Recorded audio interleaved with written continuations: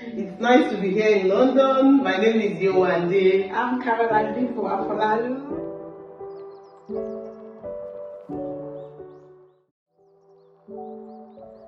Hello friends, welcome back to the How Platform. Thank you for sticking around during the winter months while we do our table talk and study on the subject of faith for navigating uncharted territory.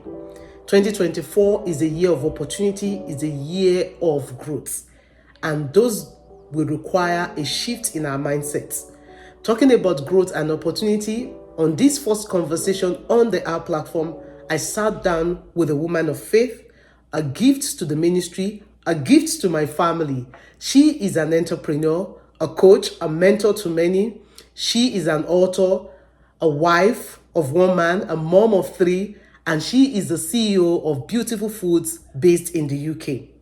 You want to think of this conversation as a 3-part series on starting a business, growing a business, creating a product, and creating a marketable business. This conversation was recorded at a manufacturing facility. Kindly pardon the small technical glitches. If you're thinking of starting a business or growing an existing business or building a strong brand, this conversation is a must watch. All right, let's jump right into the session. So I'm so excited about this video recording because I'm sitting here with her. It's been over 20 years. I've seen her in flesh and blood. Welcome to London. I'm so excited about the conversation. So when I was coming to London, I said I really want to sit down and glean from her wisdom. She's an entrepreneur, an author, a woman of God. She's a woman of faith. She has her own YouTube channel where she shares prayer nuggets, daily prayer nuggets.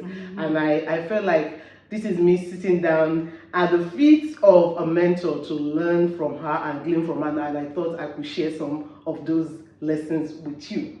So just tell us about yourself. Let me start with that. Like, just tell me, who are you? I've said some things that I know about you, but you might be able to tell us more. Okay, like I've told you my name, I'm Bimbo. I'm a married woman and a mom of three. I'm a Christian and a businesswoman as well. I have prayer nuggets that I do as a give back to the community, sharing gospel messages, wisdom from the Bible, and just simply praying with people. And I run a food manufacturing business based here in the UK. I'm an immigrant from Nigeria, the Gate Nation, and I've been around in the UK for the past 30 years. I came in 1992, and it's been challenging, but at the same time, very, There's a lot that we could pitch on, like when it comes to this conversation. We will start from the entrepreneur angle, the immigrant angle, being a woman of God angle.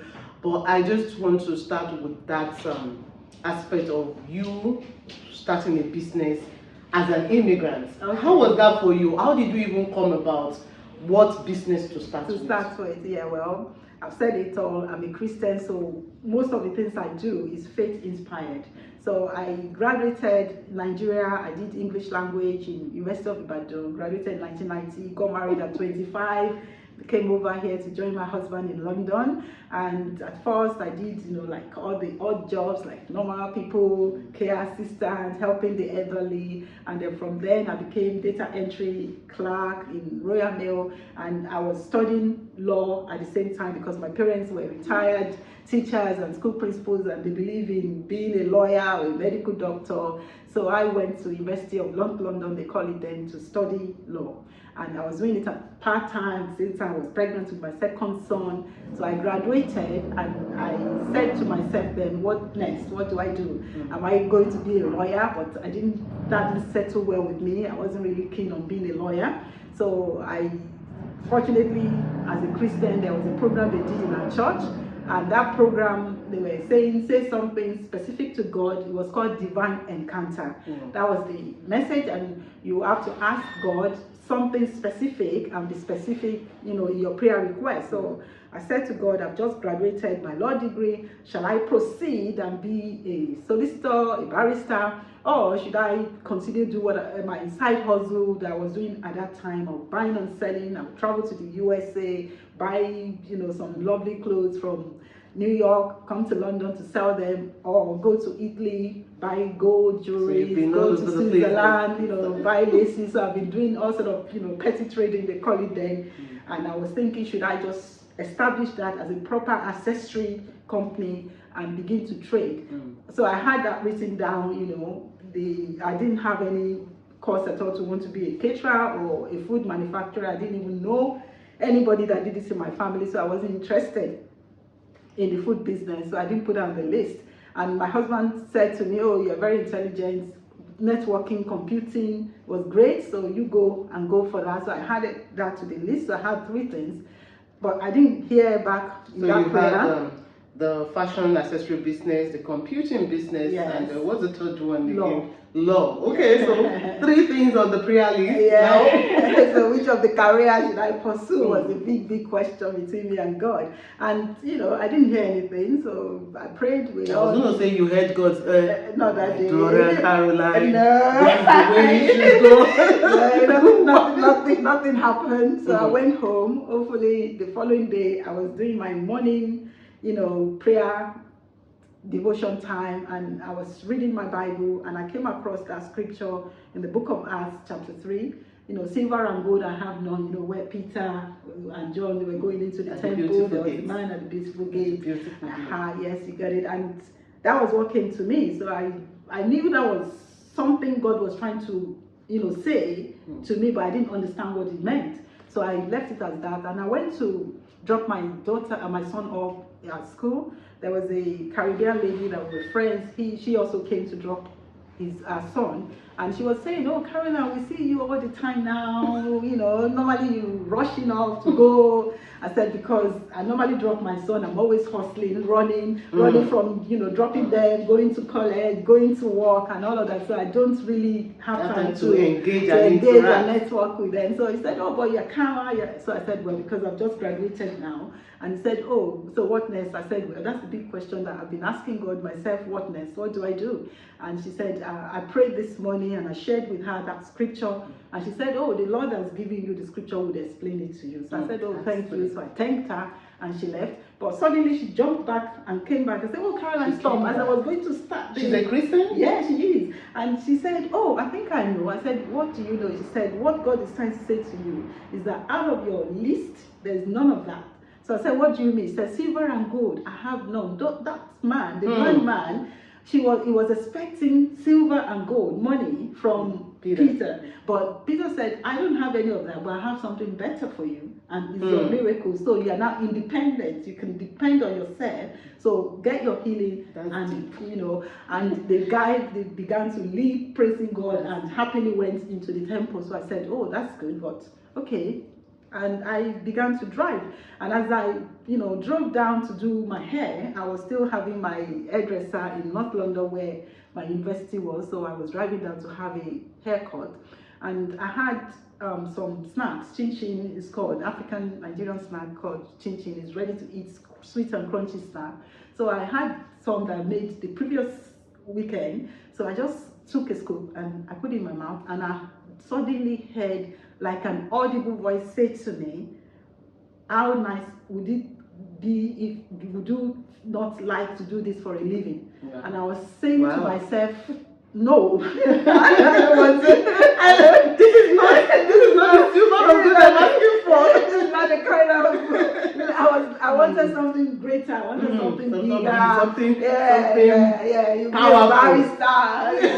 You have this big chain of stores selling accessories and all that. That's the kind of thing I was expecting. So when I got that, I was thinking to myself, I don't think I would like to be a cook, because I thought that was the meaning, a lawyer. Why would I want to be a cook? But that was how I was looking at it. And I got home. My husband was still working then at TravelX. So when he came back from work, I said to him, this is what I believe God spoke to my heart. So you shared it with your partner? Yes, I did. And he said, oh, he was laughing too, because usually I'm the one laughing at him now. It's the other way around. And that feels more painful, right? He was laughing. It was so funny. So he said, okay, I'll pray as well. And he went into the little room. We have like a like a box room. It's a 3-bedroom semi, but it was like a box room, the third room. So he went there and prayed, and he just came out and said I couldn't pray more because I was just singing, Psalm 150. Like it felt like a peace in his mind. Yeah, joy, and he was just singing Peace, it, joy. praising the Lord. We silver with all everything that has bread, praise the Lord. And so he came on Sunday. I'll speak to the pastor as well, just hear what he has to say. So you also reached out to your spiritual leader. I did, and he said that he didn't see what I said as a cook. He saw something bigger, something greater. That I should go back to university and study all about food. Wow. So I was like, you just came out of I have to go back again. So I said, okay. So I listened, I obeyed. Listen, yes. because that would have been very challenging for me to go back to school after just coming out of school. I know. So I even considered going back to Nigeria to do it because I was thinking, if I'm going to learn African food, I might as well go to Nigeria. But a friend, a Ghanaian lady, said to me, you have, 2 little children. Why would you go and leave them and waste time? Just go to English school, learn about the English craft, and then use your intelligence to modify things and make it into the African recipes. So I said, that's a great idea. So divine helpers kept coming to help with good ideas that I wasn't thinking about. When you figured out what God wanted you to do, then helpers came around. Yes. Came around. Yes. So I went to South Bank University then. They had like a bakery college at the back of the university, and I studied, we had chocolate making, pastry, bakery, all sort of things that we I'm sure Nigerian love rice is not on that list. No, it's none of that at all. It was all English things, like all the French bread, just European meals and all that, cake making, cake decoration, beautiful things that we did. That's how I just love the idea of beautiful creativity when it comes to food. And that's one of the reasons I said, the company I would do will be called Beautiful Food. And it's a reflection of that man at the beautiful gate as well. So, beautiful display, because we were very particular about the kind of, not just the food you're eating, but the presentation. So I learned that, and I love food. Every time we had a picture taken of the food we've created, I would say, what a beautiful, piece of food. It was so really nice. So I came up with that name, Beautiful Foods. When you came out with that, because I know Beautiful Foods is the name of the brand of your food company. When you came out with the name, did it all come together? Was it just about the food that spoke to you, or the Bible verse that's coming from that act? Yeah. Or did it all just come together? And at what point did it all come together that, okay, this is the name I'm going to go with, this is the brand that this is what we'll settle with? Yeah. It was probably when I was doing the 2 years diploma course, I was looking at all the creativity we're doing. So I saw that beauty, and I knew that I love, every time I'm, taking pictures, beautiful food. And then it just resonated with the scripture as well, the man had beautiful food. So we ended up not just using that scripture as a name for just Beautiful Foods Limited. My husband also stepped out to use that name again for his company, because when we started the Beautiful Food, I said to my partner, the accountant, that I want to give my employees the first time we were able to, because I was doing everything myself, the cleaning, the cooking. It was like one man business, and he was still working before he came to join in the business. And I said I wanted the first employee to have proper pay slip, to have it done properly, legally, register with the HMRC, do it the right way. The right way. So we got that software, and that software was able to do about more companies than we had. So the accountant said, I have a lot of companies that I don't want to do payroll for. Why don't you take it up and start to do it with your software? So that's how we started Gate Payroll. So my husband said, okay, beautiful, the man at the beautiful gate, you have taken Beautiful Food, I will take Gate Payroll. So we have 2 businesses from this little scripture. The way you were saying it looks like when God gave you that word, it was like a big picture. Yes. There was not so much details, but when when you stepped out and you took action and you obeyed that God instruction and you were willing to pursue it, because going to school it's hard, but just like Noah did, God gave him an instruction and you were willing to step out and start taking action towards that instruction. The rest of the details, how to go about the branding, what to go with the name, the product, and even the gateway payroll business that Uncle runs comes in. I mean, like the way God does his things, being able to accept that big picture, it's very, very key. But there are some painful parts of accepting that big picture, which I know you will be willing to share with us. Like when you started, how was it for you? Do you mean the going to college or starting the like business when you itself? started the business? When I started the business was it easy? Like you started making sales day one, all the London, all the stores start buying your products. How was it at the beginning? Well, at the beginning, you know, some friends were saying to me, why don't you start from home, start small? I said, no, that's not the picture God gave to me. So we started with a factory. So how did we source the money? We had a mortgage at that time with Bank of Scotland, and that mortgage came with a checkbook. No question asked, up to 50 grand. You can sign the check. So we drew out £40,000 from that property and we used it to set up. So we had proper machineries, packaging machines, so everything was ready from day one. But there was no money to employ.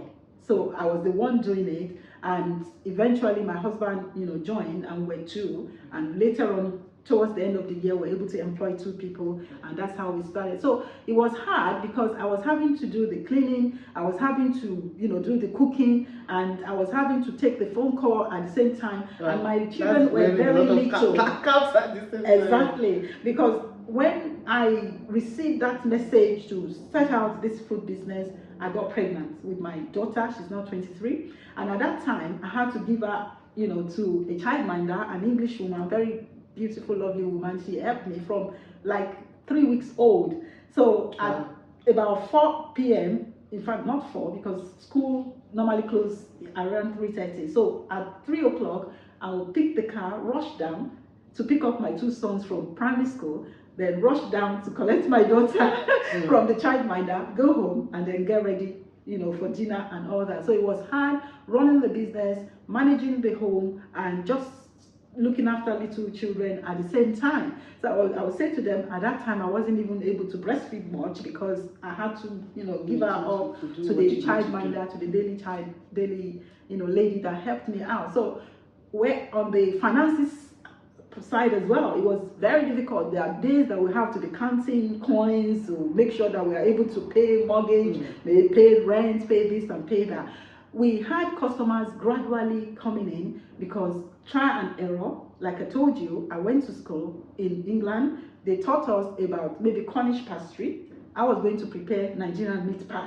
So Cornish pastry and Nigerian meat pie, you know, it's a great type of medicine. So the first one I did was foil and pie. I remember the man that ate it was a friend's husband, and I gave it to him. I was looking at him, you know, he was breaking. He was like carefully holding the pastry together with the pan and eating it. It was so interesting. So I had a lot of, you know, disaster in the kitchen learning the recipes. So eventually, you know, with time, you know, time normally help you experience, you get all your skill. So I had the knowledge, and now that knowledge was now to be, you know, moved from one kind of culture to another culture. It came with the beauty part of it, with the good presentation, with the hygiene knowledge, with all the, you know, the perfection of the English people, and I had to now marry that with the culture that I'm coming from, with Nigerian food, how we wanted too oily, not too oily, trying to balance, not too sugary, you know, just, you know, having like a marriage of perfect two, and something that you can replicate every time when you want to do it, and even pass it to somebody who is interested in Tabitha food recipe. You've touched on a couple of things there, and let me start with the faith to step out, because drawing like 50 grand and putting it towards a business is huge for some people. Like for some people, they already saved up all the money and they are just looking for the idea. So once the idea comes, they are able to pursue it. But for some of us, we're still struggling. Like, how did that faith come that for you to draw to be able to like take that giant step to put in money. This is something that you have an idea about. I mean, when God speaks to me, I feel like, okay, this is an idea that I'm thinking. That's the way I want to think about it. How did you get that courage to step out? The courage comes with God. Once you know of assuredly that you have heard from God, and how do you know? Your spirit, it confirms in your spirit that this is not you. Why would I want to go and be a cook? It's not what I would have done. It's not what I would have, in my own mind, in my own intellect, create. So I knew that was a divine knowledge, that a divine wisdom, and therefore the one who has given me that wisdom, it will be there to help me out. So I was trusting in God's help. And that's what I got, because when we even got the place that we use, we had to start from scratch. It was just like an ordinary industrial warehouse that we had to put in. I had to call the gas. There was no gas. Set up in the place and there was no gas. There was no three-phase, because there are certain things that you have to have in United Kingdom for you to have a certified place where you can produce food on a large scale. So there was a lot of things, and everything was working out. If some people will say, oh, to have gas connection into your property will take 2 weeks, ours will take 5 days. So everything was being speeded up, and I was looking for a place. I didn't know where. So which location? They always say location. And I just picked up a newspaper, opened it up, and I saw this company, GLA. And they were able to, the property we went to was not even in the market. I spoke to them. They said, oh, I have something that I think will be ideal for you. It took us there. Within weeks, we moved in. And began to put things in place, the SIM connection, everything. So when God calls, is there to help you. So I have that in my head, that even if there will be a lot of challenges along the way, which they were financially, there was not sufficient fund, and that's the first time in my life I understood what it meant to have insufficient fund. What does that even mean? I've never heard it, but at that first 2 years, I knew what that meant for you to not have enough. I knew it. But eventually, gradually, things began to settle down. And people, began to favor what we did. I had a lot of pains. I had a lot of people, who were envious of what we were doing, because they thought they should have thought of it first, and they should have been the one doing it. But I didn't pay attention to those people, because my business is not with them. It's with what God has given to me, my purpose.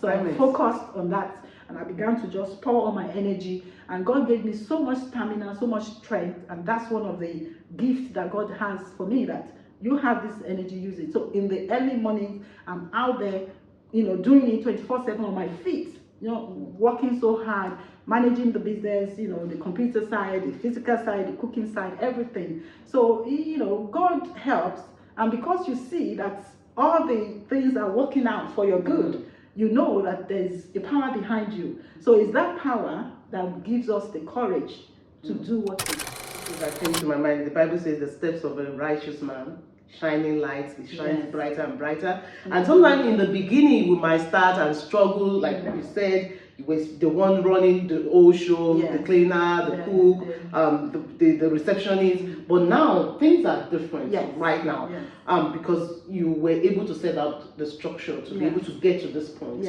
Look, like I know your law degree may have helped some way to get here. So tell us, how was it with getting like those requirements set up for a business in the UK? With food business in the UK, like I went to that University of South London, and we had a lot of all the training that we needed on the food safety section of things. But because I have the legal background, I was able to understand the importance of what they were telling us. So if there is a property that you see that you want to use for food, there are certain things that you must know. Even the equipment, they have to have maybe stainless steel finish, so you can't have germs or bacteria harboring. So you learn so much that are so technical, and you need to create a manual to let the inspectors know that you know what you're doing.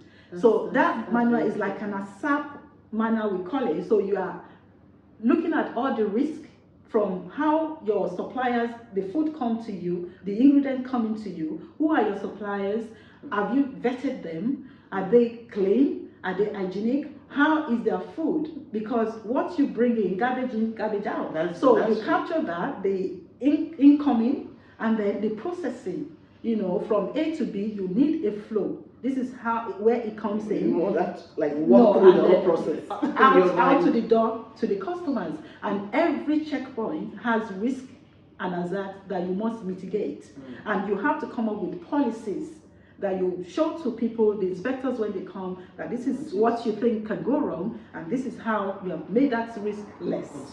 And then you have that as your due diligence. So on a daily basis, you have your cleaning schedules, you have your incoming product, you check those products as well, the shelf life, the testing, you know, you take them to the laboratory to have them tested. How long can they last? Can they harbor bacteria? What is the nutrition analysis? What are the, you know, the labeling laws will let you know that can this food harm somebody? If you are allergic to egg, for instance, you've eaten Tabitha's chin chin, can it, you know, kill you? Yes. So you have to make sure you understand what all the, you know, allergy compliance is all about. So being compliant in the food industry requires a lot of information. Our folders, you know, in the office there are big folders. You have the health and safety, you have the food safety, you have the staff training, and constantly you have to keep updating every year.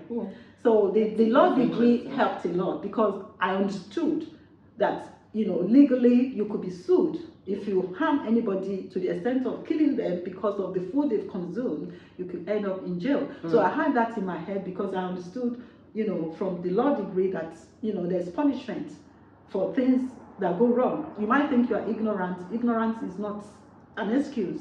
You've done something wrong, you get punished for it. So our food is always, you know, considered as something that is very, very important, and is, you know, something that we must protect, so that when people consume it, they are safe. They're safe. Yeah, that's very, very important. Yeah. I mean, you touched on, like, you touched on how you find that courage to step out, how people came in, and you confidently know what you want. Yeah.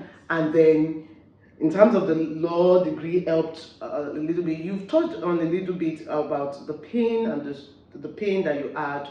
Could you speak to, like, how did you now get people to know about you? So you started with an idea, you're creating the products now, and you find out the finances to be able to create the product, and you are now creating the product. How do you find the customers?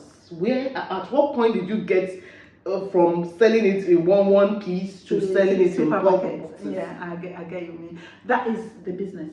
Without marketing, there's no business. You know, there are people that without will say marketing, there is no business. Yes, because, write that down. Because that's how you communicate to people. Yeah. There was someone that said that you might be selling gold. If nobody hears about you, nobody will buy from you. And then, gold doesn't have value until people value it. Exactly. And if you're selling maybe mud or gravel, and you are able to tell people about it, then you'll be making profits and money. So marketing is the key to business, because that's how you communicate with people that you are here and this is what you do.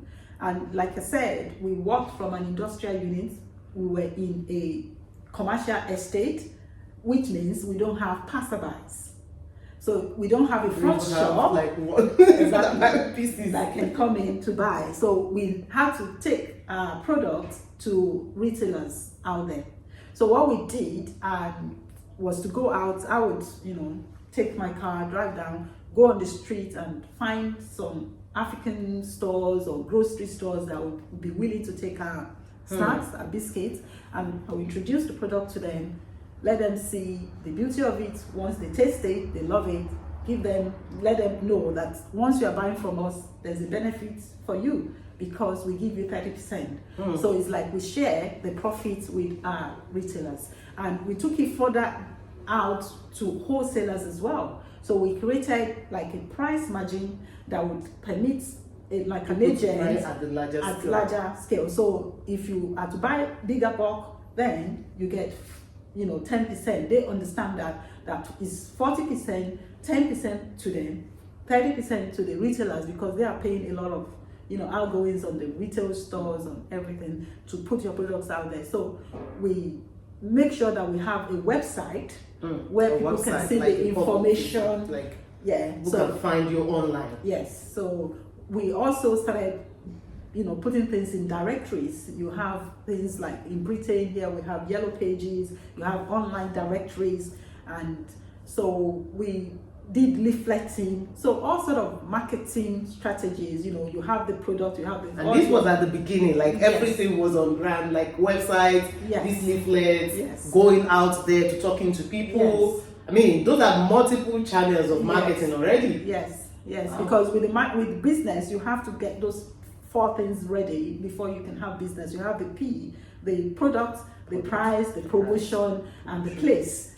So the place is how people can get it. So you told the price, this is how much you want it sold, and is a price that is acceptable to both you and your customers. Because if I'm saying I want to sell something, at a price that my customers are not willing to buy, then I don't have a business. So, and if my customers are saying they want to, pay something that will allow me to have profit, then I have a business. So that's my P for price. And then you have the promotion to tell people about it, invite them, let them see what you're doing. Communicating is telling. It's like you're an evangelist telling others that, see, I have this product and I think it will be good to you. So you tell them the benefits, not just that come and buy. What are we buying? You need to express what are the benefits of your product. What will it do for me? How people, you like to have something that benefits you, and same with every human being. So you've packaged not just the product, but the benefits. Maybe if it's sweet, if it's food, is it crunchy, is it healthy, what does it do? And then you communicate that and you promote it, you let people know about it. And then you have the place as well, which is the distribution like us. We don't have a physical location where customers can walk in to have connections or retail or buy. So we have the website, like an online store. You could go on the online and buy. So that's like a place, that's the distribution channel that we do. So you have all those pieces in place. The product must be nice, it must be something that benefits people, something that people have value. So you have added some value, and then you are now letting others know. And once people place like an order on the website, they are sure that somebody is going to get back to them, somebody is going to deliver their good. There's integrity in place. Like when you pay, you're not just paying me and I'm saying, oh, I'm out of changing. No, there is a product that is waiting for your delivery, and we can ship it out to you as soon as you need it, which is like a business structure that will continue to help businesses. Like sometimes you order this product and nobody gets to you, and even when you want to ask questions around the product, nobody is answering the question. Like what role did your values play in the design of your business structure? Okay, I know with if you profess to be a child of God, you have to do things with integrity. You have to walk upright. You have to make sure, none of us can be perfect, don't get me right, because we are practicing Christians. In business, there will be, little here and there that you have played that all of us probably, would have probably done. But like having tools in place that that these tools will help you do the best for your customers. For instance, there are laws that guide weight. So if you are putting out there something that is quantified in kilogram, for instance, you say, I'm giving you 1 kilogram of Tabitha's biscuits, for instance, and then somebody weighs that and they find that it's 800. The law can punish you because randomly you have inspectors that pick up products. So with us, we have the policy in place where we check weight. So there's a check weigh that we do randomly. Because like I said, you cannot be perfect. You can try your best. Quality control. Quality control. So you can try your best, but the machine could have been, maybe not calibrated correctly and something goes wrong. So from time to time, you have a record where you can pull up, maybe you produce 1,000 products, draw out 3, and just check weight and make sure that you're within the acceptable range. So we have check and balances, and these are the tools that we use to help us to maintain the integrity and the quality of the business. For instance, when we have the online shop, you can have your credit card projected. We don't say because you pay through PayPal. So whatever it is routed through us. We don't have anything to do with your payment details. And if you have ordered, you get instant email, because we have Confirmation. used a website that has all the tools that can do that behind the scene without us having to get involved. So it's automated. So when you have automation in place, it helps you to do right. So those tools are what we do. And you have the DHL. We use reputable suppliers, we collaborate with people who we know are very, very good in what they do. So when we do delivery, we use people like DHL. Next day, whatever you order goes straight to your door. I remember a guy saying to us that this is the first time he has seen anyone do it, that he ordered the chin and the following day it was right at his door. Wow. So those are the things. Wow. It costs the money. I'm going to drop the website maybe in the chat. And you're also like, sorry for interrupting you. Yes, like you said something about like the guy that's ordered and confirmed that, and there was also another story about somebody who put your products like on a store shelf that gave you like a major break. You shared that on a personal level with me, and I felt like that's a story, a powerful story that I would want you to share. Like, I know the favor of God brings us in front of people, but if we don't have a quality product, then people will not. They want to help, but they can't. But they can't. Yes, they've not empowered them to help you.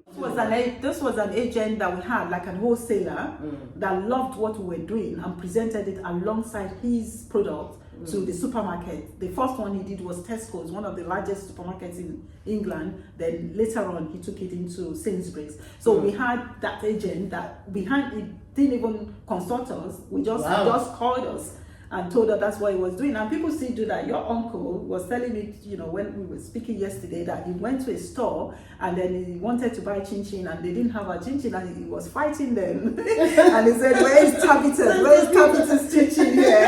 And he said the man and he spent a lot of money there. So the man was obliged to want to stop. So the man was so, feeling so bad that he quickly went online researching Beautiful Foods, Tabitha's brand. So we have people who are advocates for us, even without us knowing. He didn't tell me. If I hadn't, phoned him, I wouldn't have heard that story. So you have people who favor you for what you do, and that's why I always say to people, be encouraged. Whatever you're doing, helpers are there silently working on your behalf. You might not know. Helpers that are silently working on your behalf. Yes. You just obey. That's your part. Yes. Obey God. Yes. Do what He has asked you to Yes. do. Do what He has put in your mind, Yes. and they are. Yeah, and most of those ones, they are very quiet ones. You might not even know they've helped you. Like I said, They might not even be family. They might not even be family. They might be strangers. I've had a stranger who went to Sainsbury's supermarket. One chin ran out and they didn't place the order on time, and he went there to fight them, and he phoned me to say go and supply them because they've run out. I didn't know. It's not someone we know. So strangers will be there. The ones you will see most of the time are the ones that are front attacking you. So if you are not careful as a child of God, you get distracted. The good ones, you are, that's why we have to be having like a thankful, a grateful attitude. Whenever you have people coming to attack you, the envious ones, the ones that are pulling you down, it's not because they don't like you, it's because they are afraid of what God is doing and what you are becoming. And it's showing them their own failures as well, especially if there are people who have thought of those ideas but before, they never follow through. So they are the ones that make a lot of noise. So you have to sieve out their noise and say, be still and let God be God in the situation, whatever ministry, whatever assignment, whatever purpose God placed you. Expect those people. Even Paul said that. He said the door of opportunity has opened, but there are many adversaries. So when they come, just say, oh. I saw you coming. Yes, so you be silent because I have work to do. So roll up your sleeves and begin to do the assignment that God has given you. And once you're doing it, the silent operators, the divine helpers, destiny helpers, they will be moving. They will be moving and they will be helping. You like what you said reminded me of this guy in the Bible that went back to his town to rebuild the wall. Nehemiah. Like when he went back and they were Sanballat and Tobiah, they were going to stop this guy from doing what God had called him to do. but he didn't pay attention to No, them. he Just stopped the people. focused. Yeah, he And focused. like what you said now, when you focus your energy on the distractor, you are You just are burnt out. losing the help Yes. of the people that have been sent to you, Yeah. because those people want to see you win. Yes. Those people who have been called to you, they want to see you win and be all that And God has called you to succeed. be. So Yeah. when you're focused, and those people that are distracting you at that point, they are few. Yeah. Like Tabal and Zobal, Yeah. they are just two guys. Yeah. But there are several other people, soldiers, other people that were standing Yeah. to build that wall. And you know what he instructed them to do? To carry their sword in one hand and to get busy with the work with the other hand. Now you're getting So to they the are Bible. ready. Tell us what that means. It still means trusting God, because we can carry swords. So our swords is not, it says, the battles we fight is not, yeah. So it's spiritual. So you have your faith, your stand of faith ready, and then you're doing the work that you're supposed to be doing. And with that alone, your faith penetrates and it converts. A lot of the people that came against what I was doing, when they now began to see the great height that God began to place the products, the supermarket that's never stocked Nigerian products started stocking us. And they saw them, they were afraid, and they began to phone me privately. Phone me, they want to do this one, how can I do it? And I became the advisor. And hence the videos I started to put out there how I started my business, because a lot of people were now asking me to help them too. So I become, I became the light to let them see that it's possible. Because a lot of the time, like I said to you, when people do these things, they are to be pitied.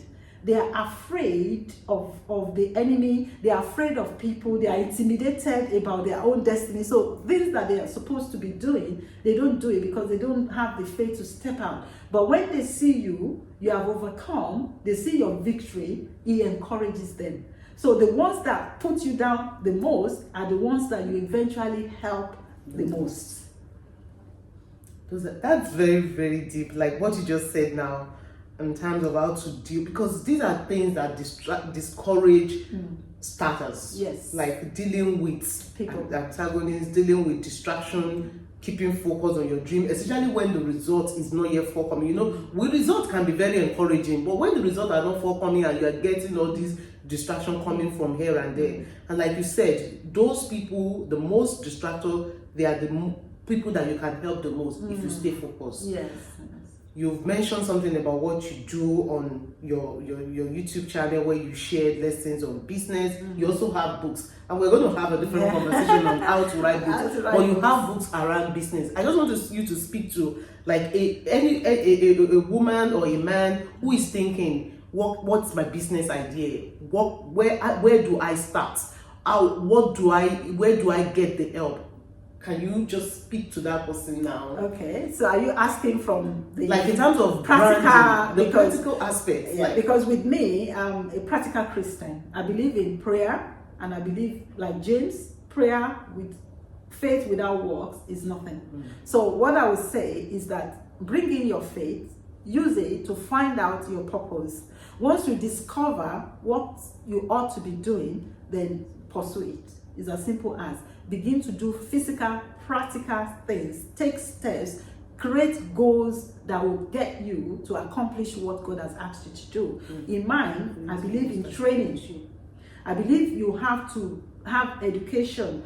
You have to get a skill that will help you to do what you're supposed to do in an excellent manner. Because whatever you do that God has called you to do, excellence is one of the things that people can see that will make them know that yes, this person is doing something that is different from what human beings normally do. So there's a spirit of excellence that God will use to empower you. So the first thing is to step out.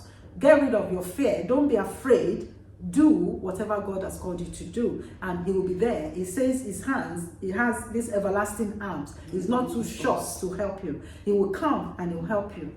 Whatever challenges comes your way, He will be ready to help you overcome. Not that I'm saying challenges will not come. Jesus Christ said that in this world you will suffer tribulations, there will be challenges, but be of good cheer. I have overcome. So even though you're starting a business, you're starting a ministry, maybe God has called you to start a church, God has called you to start a business, go ahead and do it. Don't think about the money, because a lot of people stop just because they don't know how the money will come from. I've never one to think of money first. I always say money is under my feet, because whatever I need to get done, money will come. How it will come, I wouldn't know, but when I need it, it normally comes. The first property we bought, we were self-employed, my husband and I was a data entry clerk at Royal Mail, making little. My husband was doing, taxi work, and we needed to move from the property where we are. And we didn't know how to do it because our salary was not enough. I was doing the hustle, and I had a lot of capital in place. So we found the property. The estate agent that helped us introduced us to a broker, and that broker said there's something called non-status. I've never heard of it before. So non-status just means you sign what that you are able to pay this loan back, and they give you the mortgage. And within 5 weeks, everything was sorted. We moved into our property. So I didn't know how we would have been able to get the mortgage, but I stepped out to visit that estate agent, and through the help of that estate agent, because he also had knowledge, she had connection, and we were able to move in. So don't worry about if you have money or not. Step out, go and be doing the necessary things that you think you ought to be doing. If you need to go back to train, go back to be training. Maybe when you are training, somebody will be there that had the capital and can be a business partner with you. Whatever you need, God is able to provide. Look at the life of Abraham. He was told to go and sacrifice his only son, and he said, I don't know what I'm going to do, but he got ready, set out, went, and when he got there, God said to him, don't do that, and he provided a ram, and it's called the place Jehovah Jireh. God provides. So God provides, because that's the worry of a lot of people. Where will I get the money?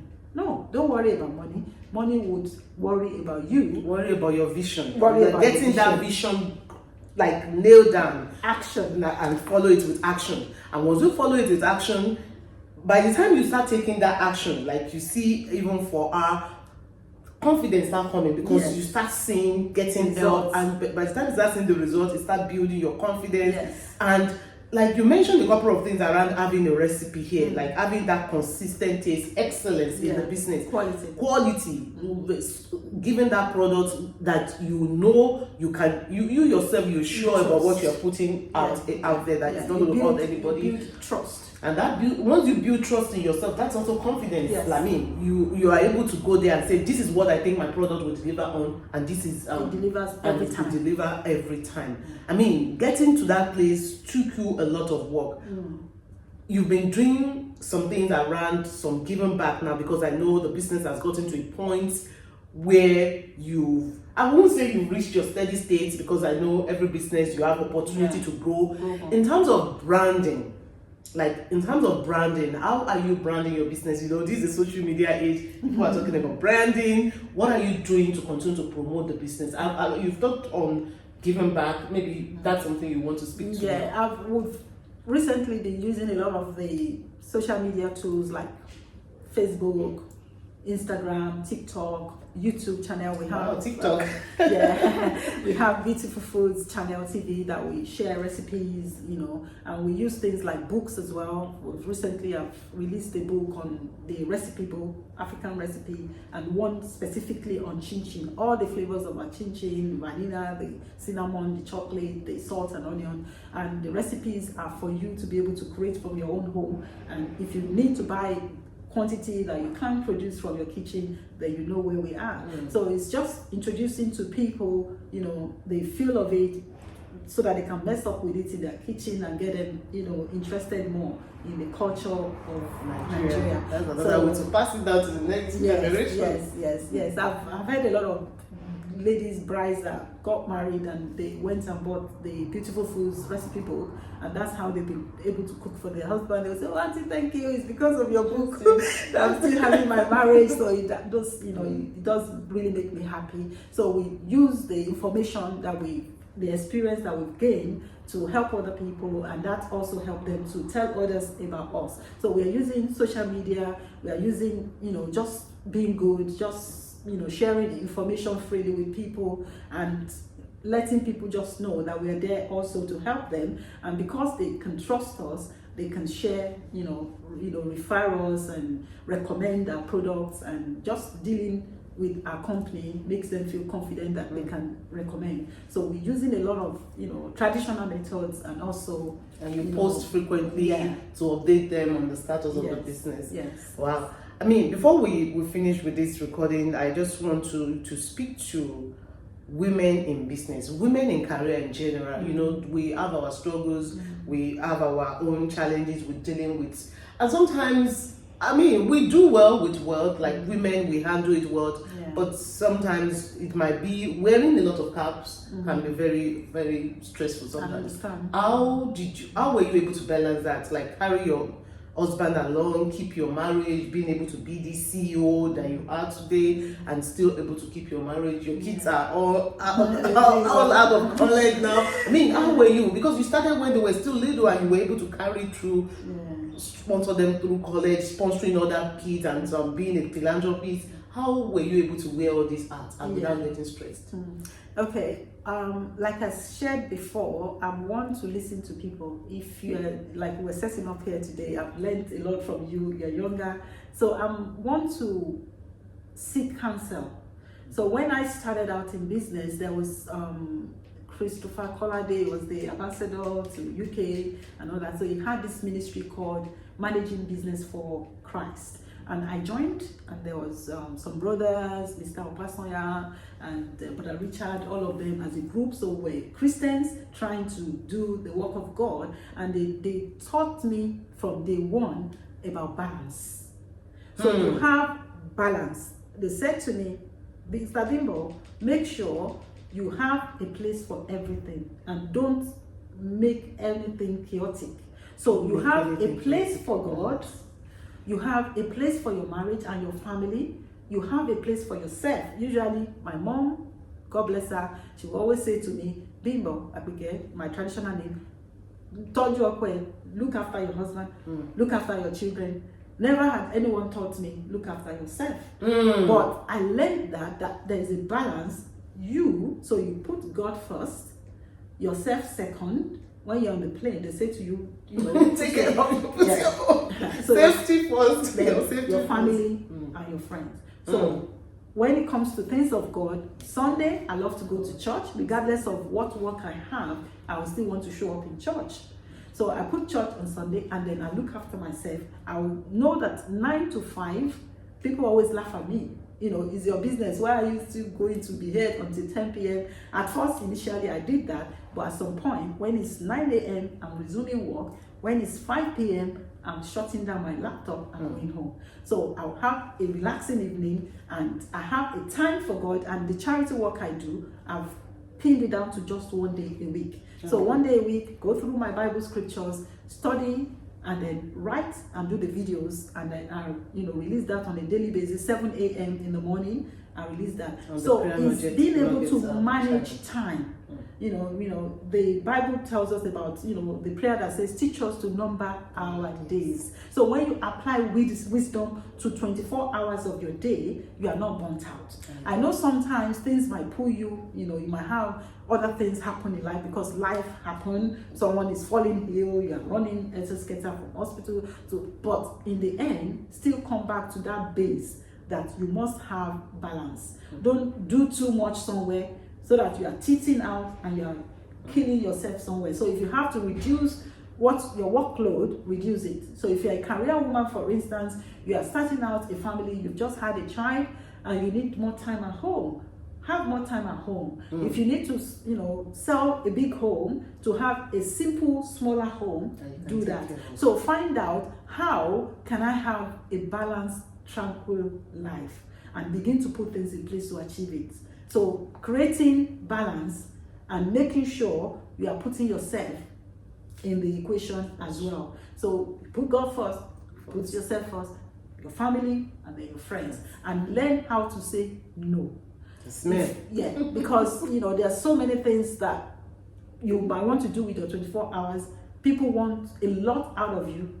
A lot of people, we are Africans, how it is. Somebody wants money, they want it now. Somebody wants that, they want it now. Somebody wants you to come to Wambe. Exactly. They want you to buy headgear, all these laces, and maybe the lace you can't afford it. You need your child to go and study medicine. You rather put that money to buy lessons. So you need to be able to use wisdom, and you need to, know what your priorities are, and put your money where your values are. So once you learn all of these things, there's no law against you. As long as you're working in kindness, you're showing love, because and don't let people judge you or pull you down. Do your best, do what is required, love them, but love yourself too. Thank you. I mean, the way you've answered that question, like God first, yourself, family, friends. The community will come later, but you have like setting priority right is very, very key. In terms of the beautiful foods business, I know where you are now, like in your mid-age, you're thinking, okay, where do you envision the business? Where do you see it going? What are your vision? I mean, it's okay if because some of us, we still, I'm sitting down here and I want to like think about what's your plan after you 5 retire. years plan, 10 years when plan. Where do you see the business going if you decide to step back? Because that's something that like sole proprietorship business, think about what happens to this business after. Well, I'm still 56, so I have at least 15 years to retirement because I know we have been getting letters. Do you want to sell? Do you want to sell? And we keep saying to them, oh, we are not ready to sell. So we are not ready to sell the business. We just want to grow the business. And if you go into my office now, put it on, the catchphrase there this year is growth. So we're trying to make the business grow because we still have capacity that we are not yet filling. So once we, I desire to have this place running 24/7. We only do, 8 to 5 p.m. We can run it 24/7. So we want the product to be everywhere. I know people are reaching out to me from the US, from Canada. Do you want to bring it there? I was going to ask you about that. So we wanted, someone had already said to me, oh, you can have a location in Nigeria for this that you're doing. So we still want it to be worldwide at some point, maybe not now because we're still not occupying the territory where we are in England. We're trying to get into Europe. So we want the product to go international. That's the dream. And we want it to be something that even if we retire, we still have people that we have discipled. My children maybe not because, I have doctors coming up. I have, neat people that can go into food. They don't want business stress. I know they will get neat. That would be interested. Buy this from your mom and I'm going to take it up. That would be for God to now, decide what they want will be. But in the next 5 to 10 years, it's just expansion. So we are hanging the business on a growth foundation that even when you hand it over, the one who takes over will never have to worry about money. They will never have to worry about anything because the mortgage here, we're still paying mortgage here, will be fully paid. So we are looking into how to make sure that there is a generational legacy, is an asset that we give to them. Even if they don't want it, at least they can employ other people, like the manager downstairs. You see, we came here 9 o'clock, the manager was already here. He comes here around 6 a.m., get started, plan the day, so that the staff can all come in and everything is ready for them. And this is how it's been working with us now for more than probably 15 years. And most of the staff you saw downstairs one has been here since 2004. Wow. So they've been, with us for several years. So we will know that we can trust them even if we want to retire, because my husband is probably going to be retiring 7 years before I do, because he's like 6 years older, and Britain retirement is 65 years for him. Mine is going to be 67, so I still have like 13 years too. But within those years, by God's grace, we want to grow the business. We want to make sure that we enlarge our costs, make sure that Tabitha's Chin Chin is worldwide and is one of the trusted or the most trusted one that people can say, if you want to eat Nigerian Chin Chin, buy Tabitha's. Like so many questions came to my mind when you're talking about growth.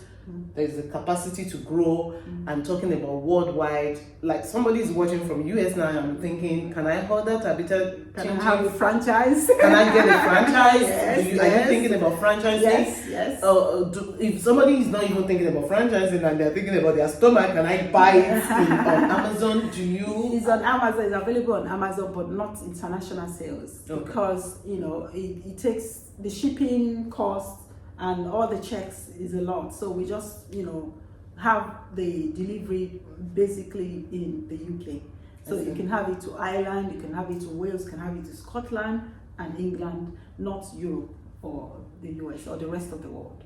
But the franchise can go to the US. Yes. Since you have the recipe to share already. Yes. And by the way, she has a YouTube channel where she shares all the recipes. She has a book on Amazon where you can buy. And if you are interested in a franchise, she has the capacity she has the capacity for that. She's the bold one.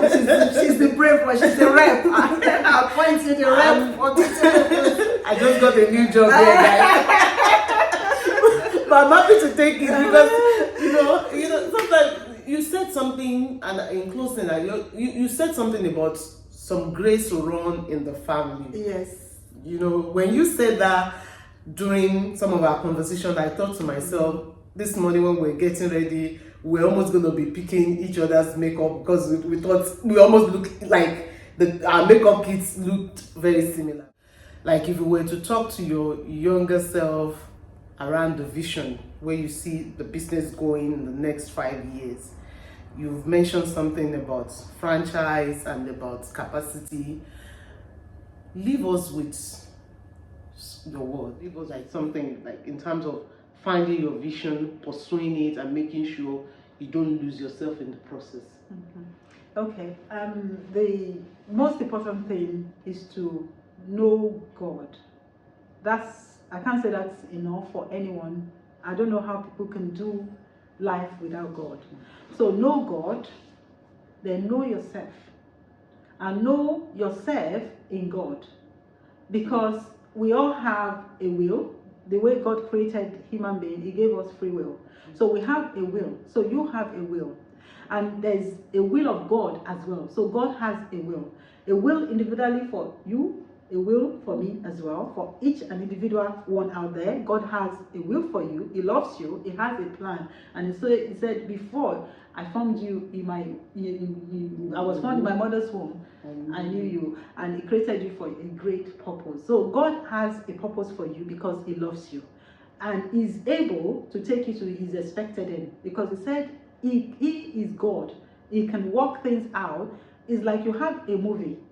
The director of that movie, he knows that the movie is creating. It starts from the end. So He understands. So God, who created all of us, understands all of us better than we do. And that's why He says that, eyes have not seen, neither has it entered into the imagination of men, even yourself, what God has in store for you. So my younger self would not have seen me in a big office with a bakery, a factory, walking downstairs. If they have told me you could do that in Britain. I remember a woman said to me that he's never seen anyone have a driver in the United Kingdom. You have a van and you have a driver. He was baffled by that.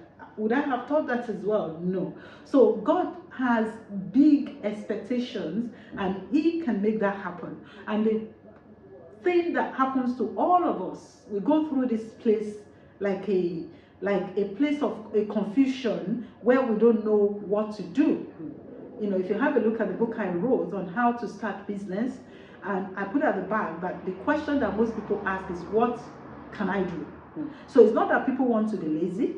It's not that people want to be jobless sometimes. I'm not saying those people don't exist, but a lot of human beings, we are good people. We want to do something, but we don't know what to do. So once you know God, and you know that He loves you, He has a purpose already for you. Even though it's hidden from you, you can't see it, because none of us can see tomorrow. That's why some people visit prophets to tell them what tomorrow will be. But can I say to people like that, trust God. The Bible says the just shall live by faith. So you engage your faith and go to this God that, tell me, what shall I do? So that question that you keep saying to yourself, what can I do, what can I do, asking people, turn it to heaven. Lift up your face to heaven and say, what can I do? Like I did. I asked the question, what can I do? I had 3 things, because limited in my own understanding, those were the things I knew. And God gave me something completely different according to that lady, from what I was expecting. So your expectation, the Bible says the expectation of the righteous will not be cut off. Your expectation will not be cut off, but you need to hang it on God. I was saying this to my daughter recently. The junior doctor years are coming up just this month, July, and she was expecting God to put her at home with us, to post her to London hospitals, and they put her in East England. And she started to cry. I said, why? She said, because they pay us just 2,000 and the rent will be 1,500 and this and that and that. And I said, God ordered the steps of the righteous, like you correctly said earlier on. Trust God. Trust Him. So whatever He sends you to do, whatever He asks you to do, like Mary said to those people at the marriage, whatever Jesus says to you, just do it. And we have JD Sports saying that every time, selling on that little Mary's conversation, just do it. So trust God, ask Him, whatever He tells you to do, just do it. Wow, thank you so much. Lot of wisdom here, I really covet your courage, your confidence. You built something amazing here. I'm so excited and thankful to be connected to you by blood. I'm proud of what you're doing, and here we are today sharing this knowledge. So if you have any questions for her, like I said, I'm your go-through. But you can go to our website. But if you have any questions around the business or starting, she has her books out there that you could lay your hands on and read. But if you have other questions that you have in your mind, feel free to drop them in the comment. Feel free to contact our business or on our channel and put a question out there.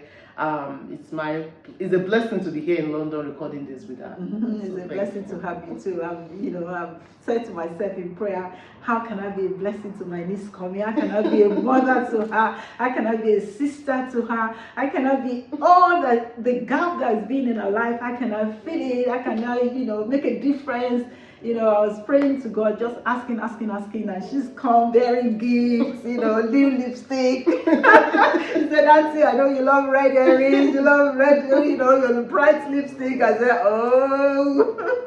So I give God thanks for your life. You're doing great things. And when I look back and I see someone like you as well, I'm no longer alone.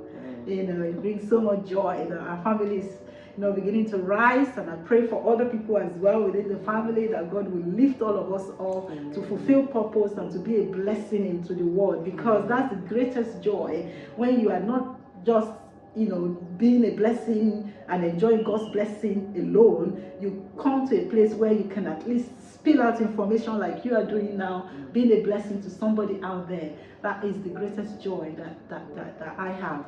And God said to me years ago, before I started anything you do must be in the name of charity. So when I have things like the free information, I might not be a millionaire yet, but just even giving a little information that can help somebody else. The information of today, someone might run with it and become a millionaire with it. You never know. Someone might start a church from it. Something might just ignite, iron sharpened iron. Someone might just have something, happy hear that. And then they go and begin to just excel and succeed. And the people who know God, what did the Bible say? They will do great exploits. My desire for everyone listening, by the fact that you come through my niece channel today, I pray that your life will never be the same again, because the information, full packed faith, and most of the things she's doing would bless you. Thank you so much, Ma. I'm thankful to have you here, and God bless you too. Thank you. Thank you, and I'm proud of you. I love you. So thank you for joining us. I'm so thankful for my aunt here. She has shared a lot of knowledge. And thank you for listening. If this message is a blessing, feel free to subscribe, feel free to drop a comment. And if you have any questions around how to start business, how to build your faith, or the courage to even step out to do that daunting vision, feel free to drop your questions in the comments. I'm rooting for you, I'm praying for you, and you will do God proud. Amen. Bye everyone. Bye everyone.